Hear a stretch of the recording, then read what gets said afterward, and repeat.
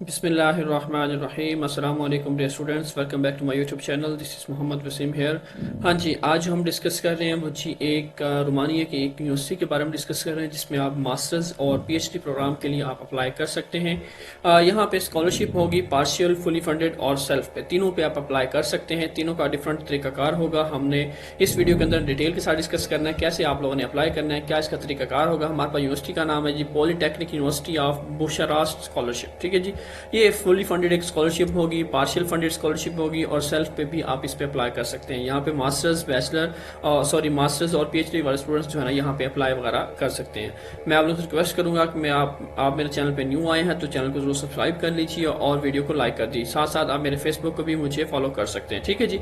अच्छा, सिंपली हमने करना ये है कि इसकी डिटेल देख लेते हैं कि सबसे पहला काम जो हमने करना है कि मैं आप लोगों को थोड़ी सी इसकी डिटेल ओवरव्यू दे देता हूँ इस यूनिवर्सिटी का, कि इस यूनिवर्सिटी के अंदर क्या क्या चीज़ें अवेलेबल हैं और किस तरह जो है ना आप अप्लाई कर सकते हैं। सबसे पहले जो है ना एडमिशन गाइड में हम आ गए। रोमानिया की यूनिवर्सिटी है, फुली फंडेड स्कॉलरशिप है, साथ में जो है ना मतलब सेल्फ पे भी आप अप्लाई कर सकते हैं।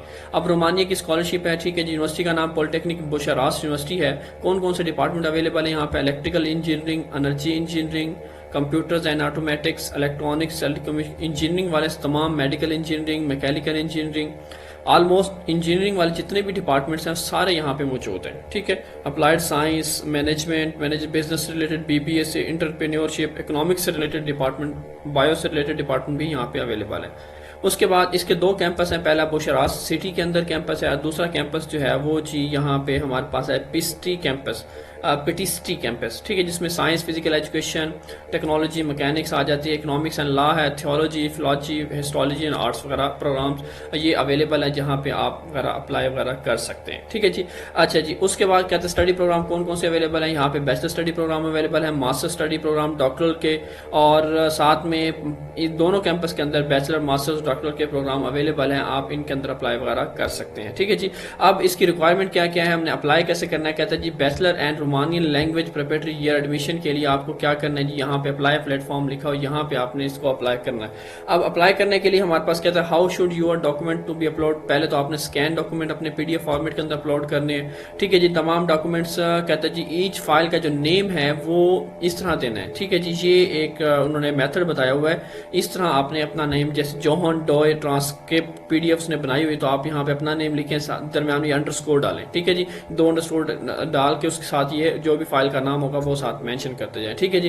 एप्लीकेशन टाइमलाइन क्या है, 1 से 18 जुलाई तक जो है ना आप इसमें अप्लाई कर सकते हैं। 24 जुलाई को आपका जो है ना कहता है जी लिस्ट लग जाएगी किसके ऊपर, इसी वेबसाइट के ऊपर, जहाँ पे आप जाके अपना नाम वगैरह चेक कर सकते हैं। So with in a week जो है ना आपको बता दिया जाएगा से आपका एडमिशन हुआ या नहीं हुआ। जो भी डोंट फॉरगेट टू कंफर्म। उसके बाद जो है ना 25 से 30 जुलाई के दरमियान आपको मेल भेजी जाएंगी। आपने अपना एडमिशन जो है ना वो कंफर्म करना, या आप खुद भी इनको मेल कर सकते हैं। अब यहाँ पे रोमानियन का एक आपको प्रिपरेटरी ईयर भी आपको करवाया जाएगा, वो भी इसी एडमिशन प्रोसेस के दौरान होगा सारा कुछ। आप डॉक्यूमेंट कौन कौन से चाहिए होंगे, एप्लीकेशन फॉर्म हम देखेंगे अभी, वो भी हमने डिस्कस करना है। Statement of documents, authenticity, affidavit, वो भी मैं आपको बताता हूँ क्या चीज़ होगी आगे। पर्सनल डाटा आपने एंटर करना है। Legal statement, declaration regarding belonging to Romanian culture, ये भी नहीं है हमारे पास। अच्छा जी, उसके बाद जो हम आ जाएंगे नीचे, पासपोर्ट फाइल हमारे पास आएगी, बर्थ सर्टिफिकेट, मैरिज सर्टिफिकेट अगर आपके पास है, high school diploma, transcript, ID with identification number, मतलब ये हमारे पास आ जाएगा। बैचलर की जो स्टूडेंट बैचलर के लिए अप्लाई करना चाहिए उनके लिए। अब जो मास्टर्स के लिए अप्लाई करना चाहिए इस तरह उनके लिए बैचलर की डिग्री आएगी, ट्रांसक्रिप्ट वगैरह आएगी, बाकी सारी डिटेल इस तरह ही। आपने डॉक्यूमेंट्स जो है ना, ये रिक्वायर्ड डॉक्यूमेंट जो है ना, ये भी हम आगे जाके डिस्कस करते हैं कौन कौन से डॉक्यूमेंट्स होंगे और किस तरह उनकी डिटेल होगी, ये सारा तरीकाकार होगा, ठीक है जी।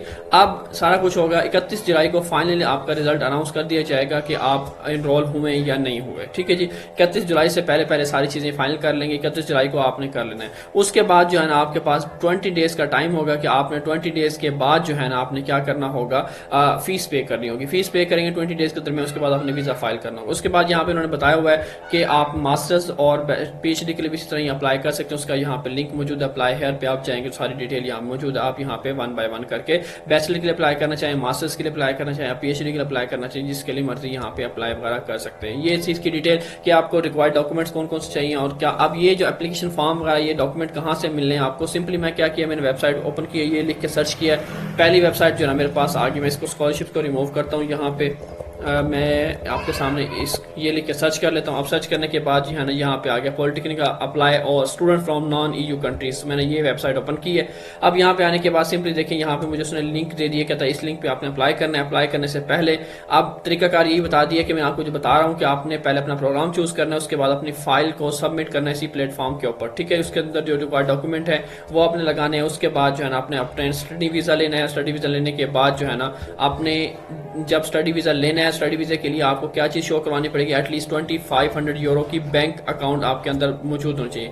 मतलब कम से कम 7.5 लाख पाकिस्तानी या 8 लाख पाकिस्तानी, 10 लाख कह लें आप पाकिस्तानी जो है ना आपके पास अकाउंट में मौजूद होने चाहिए। जब आप वीज़ा फाइल करें, प्रूफ ऑफ अकोमोडेशन आप देने, रिहाइश वगैरह आप कहाँ रखेंगे और हेल्थ इंश्योरेंस वगैरह आपने प्रोवाइड करनी। सिंपल सी, कोई ब्लॉक अकाउंट की जरूरत नहीं, कोई इस तरह कोई ना आइट्स की जरूरत है यहाँ पे, ना आपको फर्दर कोई भी इस तरह की स्टेटमेंट की जरूरत है। जस्ट सिंपली आपने 2500 यूरो अपने बैंक अकाउंट में रखने हैं बस, उसके अलावा और कोई भी यहाँ पे आपको नहीं होगा, ठीक है जी। अब रजिस्ट्रेशन प्रोसेस मैंने आपको बता दिया है, ठीक है जी। 18 जुलाई तक आप इसमें अप्लाई कर सकते हैं। बाकी उसने नीचे कहता है जी 20 डेज के दौरान आपने अपनी फीस पे करनी होगी साल की, ये लाजमी होगा। इसके अलावा आपका जो है ना वो एडमिशन नहीं होगा। तो जब आप एडमिशन ले लेंगे उसके बाद अब बात करते हैं हम स्कॉलरशिप की, ठीक है जी। अब ये तो हो गया हमारे पास, पहले हमने अप्लाई किया, अप्लाई करने के बाद 31 को हमारा ऑफर लेटर आया। ऑफिशियल लेटर आने के बाद अब हमने क्या किया, नेक्स्ट स्टेप हमने फीस पे की। 20 डेज के दौरान फीस पे करने के बाद अपनी सीट सिक्योर कर ली। उसके बाद हमने कर दिया वीज़ा फाइल। अब वीज़ा फाइल करने के लिए जो मैंने आपको डॉक्यूमेंट्स बता दी, ये डॉक्यूमेंट्स और बाकी नेसेसरी डॉक्यूमेंट्स आपने लगाया और एम्बेसी को आपने फॉरवर्ड। अब आपका वीज़ा लगने चला गया। अब बात आती है स्कॉलरशिप के ऊपर कि हाँ जी अब स्कॉलरशिप भी इसकी होगी कि नहीं होगी। अब स्कॉलरशिप के लिए सिंपली हमने क्या किया जी, यहाँ पे ये एक्सीलेंस स्कॉलरशिप यहाँ पे आपको प्रोवाइड कर रहे हैं। ये स्कॉलरशिप की डिटेल आगे जब आपको नीड बेस्ड स्कॉलरशिप या यूनिवर्सिटी की जो है ना स्कॉलरशिप जो है ना आपको यहाँ पे मिल सकती है। उन्होंने मुकम्मल डिटेल यहाँ पे स्कॉलरशिप की बताई हुई है कि क्या क्या आपको मिल सकता है, किस तरह आपको स्कॉलरशिप मिल सकती है। मजीद फर्दर स्कॉलरशिप की आपने इन्फॉर्मेशन लेनी है तो ये इंटरनेशनल रिलेशन का उन्होंने आपको मेल प्रोवाइड कर दिया, तो आप यहाँ पे उनको मेल कर सकते हैं, उनको पूछ सकते हैं। जब आपका एडमिशन, सबसे पहला काम तो यही है ना कि आपका एडमिशन हो, आपको विद इन 15 डेज आपको हर एक चीज़ पता लग जाएगा। आपका एडमिशन होता है तो आप फीस पे करें, फीस पे करने के बाद अपना डॉक्यूमेंट सिक्योर करें और अपना वीज़ा अप्लाई करें, बस अल्लाह खैर सल्लाह। सिंपल सा काम है, कोई ज़्यादा आपका खर्चा नहीं होना इसमें, आप इजीली अप्लाई वगैरह कर सकते हैं। अब हम चलते हैं जरा अप्लाई के ऊपर, अप्लाई प्रोसेस के ऊपर। अप्लाई प्रोसेस से जाने से पहले मैं यहाँ पे ये वेबसाइट है, इसका लिंक मैं डिस्क्रिप्शन में ऐड कर दूंगा, आपने यहाँ पे इसको कर लेना क्लिक। अब मैंने क्या किया, इस लिंक पे किया क्लिक। इस लिंक पे क्लिक करने को ये यहाँ पे एरर दे रहा है, मैं इसको दोबारा ट्राई कर लेता हूँ। यहाँ पे नहीं, अब ये यहाँ पे एरर आ रहा है। अगेन हम किसी और जगह से ट्राई कर लेते हैं, यहाँ पे आ जाते हैं जी। ये आपने वेबसाइट ओपन की थी, यहाँ पे जी पॉलिटेक्निक अप्लाई, आप इस लिंक ओपन कर लें। समटाइम वेबसाइट का आ जाता है। अब ये लिंक ओपन कर लेते हैं। लिंक ओपन किया, उसके बाद आप आ जाएं how to apply to non EU citizen, बल्कि ये आ गया पोर्टल। इसके बाद आपने क्या करना है, अपना जो कैंपस चूज करना है। मैं बुशराट कैंपस की अगर बात करता हूँ, ये चूज किया। उसके बाद जो है ना आप आ जाए नॉन EU सिटीजन, अपनी कैटेगरी सेलेक्ट करें। उसके बाद आप मास्टर्स के लिए अप्लाई कर रहे हैं, आप PhD के लिए अप्लाई कर रहे हैं, अंडर ग्रेजुएट के लिए, तो तीनों के लिए प्रोसेस है। मैं कोशिश करूंगा तीनों के लिए अलग छोटी छोटी वीडियो बना दूँ।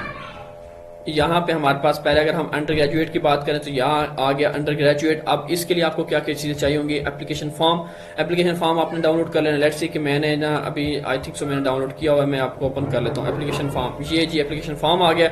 ये एप्लीकेशन फॉर्म है, इसकी आपने कुछ डिटेल है, वो आपकी पर्सनल रेलिवेंट डिटेल है, पासपोर्ट नंबर, आपका नेम वगैरह सारी डिटेल आपने यहाँ पुट करनी है। इसको थोड़ा सा आप क्या करेंगे, अपनी एजुकेशन यहाँ पुट करेंगे। और एक यहाँ पर मसला ये कि ये लैंग्वेज जरा चेंज है, तो आपने इसको इंग्लिश लैंग्वेज के अंदर ट्रांसलेट करवा लेना है। अगर नहीं हो सकता तो मुझे बताएंगे तो मैं आपको ट्रांसलेट कर दूंगा। ये फाइल जो है ना ये मैं डाउनलोड करके रख लेता हूँ अपने पास, ठीक है। जो स्टूडेंट यहाँ पे अप्लाई करना चाहेंगे तो मैं उनको यहाँ पे उसको ट्रांसलेट करके प्रोवाइड कर दूंगा, ठीक है जी। अब उसके बाद जो है ना हमारे पास क्या आ जाता है जी, अब ये तो हो गया एप्लीकेशन फॉर्म, ठीक है जी। एप्लीकेशन फॉर्म हमारे पास आ गया, लेट्स सी। उसके बाद जो है ना एप्लीकेशन फॉर्म आ गया जी। एप्लीकेशन फॉर्म के बाद हमारे पास स्टेटमेंट ऑफ डॉक्यूमेंट्स ऑथेंटिसिटी, ये डॉक्यूमेंट भी आपने डाउनलोड कर लेना है। ये आगे जी मैंने सारे आई थिंक सो डाउनलोड करके रखे हुए। ये जी यहाँ पे कुछ इस तरह के डॉक्यूमेंट्स हैं। एक है जी डिक्लेरेशन ऑफ वैल्यू कि आप फीस पे करेंगे, इसको भी आपने अपने पास इसको डिटेल पुट करनी है, इसका PDF फाइल बनानी है, फाइल बना के सिग्नेचर वगैरह करनी है, ये भी आपने अपलोड करना है। उसके साथ एक ये डॉक्यूमेंट हो गया। दूसरा ये हो गया डिक्लेरेशन वाला, ये भी आपने इसको इसी तरह पढ़ लेना है, बस आपके साइन वगैरह होने और कुछ नहीं, बाकी कुछ पर्सनल डिटेल होगी वो आपने ऐड कर देनी, तो इतना कोई मुश्किल काम नहीं है, ये आपने इस तरह अपलोड कर देनी। उसके बाद ये कि ये फॉर्म स्टेटमेंट आ जाती है, पर्सनल स्टेटमेंट, तो ये भी सिंपल ही है, जस्ट अपने नेम, डिपार्टमेंट वगैरह, मतलब जो भी आपकी पर्सनल डिटेल है वो ऐड करेंगे, साइन वगैरह करने, बस बेसिकली वो आपकी ऑथेंटिकेशन चाह रहे होती है कि आप अप्लाई करें, अपनी मर्जी से कर रहे हैं, किसी की मर्जी से कर रहे हैं, बस ये डिटेल होती है। ये आपने चारों फॉर्म जो है ना अपने पास डाउनलोड कर लेने हैं, इनको चारों को साइन कर लेना, फिर दोबारा से PDF फाइल आपने इसकी बना लेनी है। अब ये बनाने के बाद जो है ना, अब बाकी चीज़ें आपके पास मौजूद होंगी, कॉपी मौजूद होगी, बर्थ सर्टिफिकेट आपको यहाँ पे चाहिए होगा, ठीक है। अगर वो इंग्लिश के अंदर नहीं तो इंग्लिश के अंदर ट्रांसलेट करवाएंगे, नेशनल ID कार्ड, या आपके पास पासपोर्ट होना चाहिए, होम एड्रेस जिसके ऊपर नेशनल ID कार्ड ही होगा, ठीक है। Copy of national ID card भी आपको चाहिए, आपका पासपोर्ट भी होना चाहिए। उसके बाद जो है ना, अगर आपका हाई स्कूल डिप्लोमा या जो भी सर्टिफिकेट आपके पास है वो इंग्लिश के अंदर नहीं है तो फिर उसको इंग्लिश के अंदर ट्रांसलेट करवाएंगे।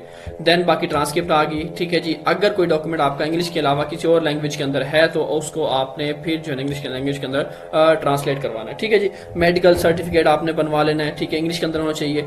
Power of attorney if the applicant, अगर पावर ऑफ अटर्नी तब जरूरत होगी जब कोई और जो है ना उसकी जगह अप्लाई कर रहा हो। अच्छा, अब हम क्या करते हैं, ये डॉक्यूमेंट्स हमारे पास आ गया। अब डॉक्यूमेंट्स लेने के बाद हमने क्या करना है, स्टार्ट अप्लाइंग पे क्लिक करना है। यहाँ पे मैं इसको लिंक ओपन कर लेता हूँ, ये जी स्टार्ट अप्लाइंग पे ओपन हो गया। अब थोड़ा सा हम वेट कर लेते हैं, ये जी अब हमारे पास 30 मिनट का टाइम है, इसके अंदर हमने सारी चीज़ें कंप्लीट करनी। Step 1, step 2, step 3। यहाँ पे इंग्लिश लैंग्वेज चूज़ की हमने, अपनी डोमेन चूज़ की है कि हम किसके अंदर अप्लाई करना चाह रहे हैं, केमिकल इंजीनियरिंग, फैकल्टी अपनी चूज़ कर लेनी है जी। उसके बाद स्टडी प्रोग्राम चूज़ किया, मेरे पास केमिकल इंजीनियरिंग आ गया। नेक्स्ट पे चला जाता हूँ, स्टेप 2 आ गया, ये आपने पर्सनल डिटेल वगैरह यहाँ पे जो भी आपकी पर्सनल डिटेल है वो ऐड करते जाएं, ठीक है जी। सो मैं एक ही कर देता हूँ, बाकी आप चीज़ें देख लेंगे, ठीक है, इसके अंदर।